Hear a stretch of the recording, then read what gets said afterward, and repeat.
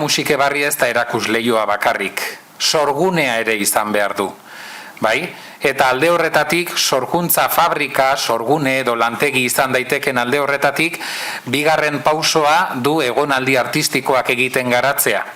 Ez da lehenbiziko aldia esan dezagun sorkuntza prozesu bat bertan garatzen dela, horretan ere getxotarrak izan baitziren protagonista Getxoko Islak proiektuarekin eta beraiek ireki baitzuten lehenbiziko aldiz etxe honen sorkuntza alde horretatik, baina bai argi utzi behar du hasieratik Musikebarrik izango dela erakusleio eta sorgune.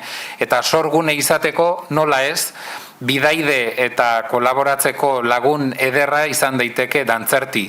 Eta horregatik ikusi genuenean aukera egon zitekela egonaldi hau garatzeko.